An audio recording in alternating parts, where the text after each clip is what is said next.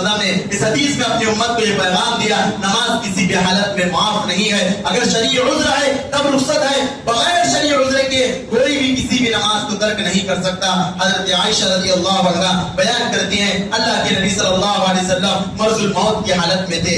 याद रखिए, इंसान की जिंदगी में सबसे मुश्किल वक्त उसकी मौत का वक्त है। सबसे मुश्किल और कठिन लम्हा जब उस पर मौत आती है, वो सबसे मुश्किल लम्हा है। उसकी पूरी जिंदगी में सबसे मुश्किल लम्हा वही है। अल्लाह के नबी सल्लल्लाहु अलैहि वसल्लम के दिल में नमाज से मोहब्बत देखिए, नमाज पढ़ने का जज्बा देखिए। मर्जुल मौत की हालत में है, आप मर्जुल मौत की हालत में है, शदीद तकलीफ में है, नमाज का वक्त हुआ, अजान दी गई, आपने लोगों से कहा अबू बकर से कहो वो लोगों की इमामत कराए। अब लोग कहने लगे, अल्लाह के नबी, अबू बकर एक नरम दिल इंसान है, रकीबुल कल्ब है, आपकी जगह पर खड़े होकर नमाज पढ़ाना उनके लिए बहुत मुश्किल काम है।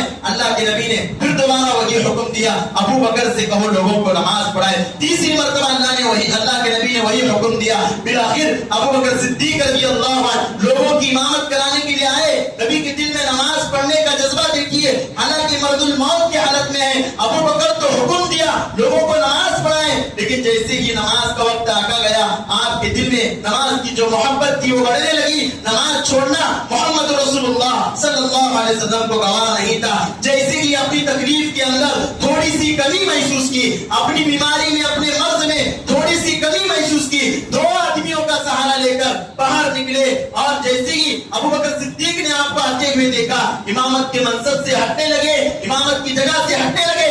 अल्लाह के नबी ने इशारतन कहा वही ठहरे रहो। हजरत आयशा कहती है, जब अल्लाह के नबी दो आदमियों का सहारा लेकर बाहर निकले, मैं देख रही थी अल्लाह के नबी अपने पैरों को बोझा तकलीफ की वजह से जमीन पर घसीट रहे थे। अल्लाह इमामुल अंबिया मोहम्मद रसूलुल्लाह सल्लल्लाहु अलैहि वसल्लम मर्जुल मौत की हालत में, मर्जुल मौत की हालत में शदीद तकलीफ में है। नमाज पढ़ाने का हुक्म दे दिया गया अबू बकर सिद्दीक अल्लाह को, लेकिन नमाज छोड़ना गवारा नहीं था।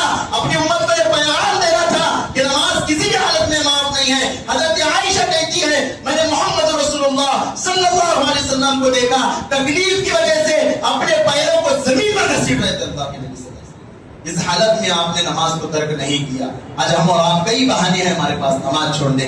अल्लाह के नबी सल्लल्लाहु अलैहि वसल्लम अबू बकर रज़ियल्लाहु के पहलू में आए और लोगों को नमाज पढ़ाई। इस हदीस में एक बड़ा पैगाम ये मिलता है कि नमाज किसी भी हालत में माफ नहीं है।